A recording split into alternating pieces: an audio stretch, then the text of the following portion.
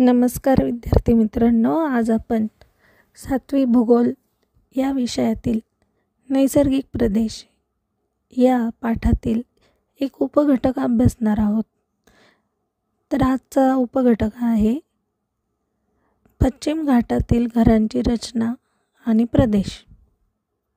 भारताच्या पश्चिम घाटातील घरांची रचना ही उतरत्या छपराची आहे. या भागातील उंच उंच झाडी ही नारळाची, सुपारीची झाडी पाहायला मिळतात.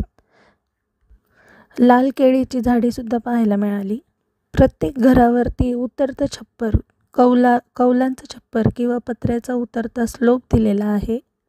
आणि प्रत्येक घराच्या पाठीमागे परसबाग मला पाहायला मिळाली. कोकणात परसबागेला वाडी असे म्हटले जाते. प्रत्येक घराला समोरून व पाठीमागून कुंपण घातलेले आहे. चित्रात दाखवल्याप्रमाणे तुम्हाला झाडांचेच कुंपण पाहायला मिळेल. चित्रातील फोटो हे समुद्रकिनारी भागातील माहिती दर्शवतात. धन्यवाद.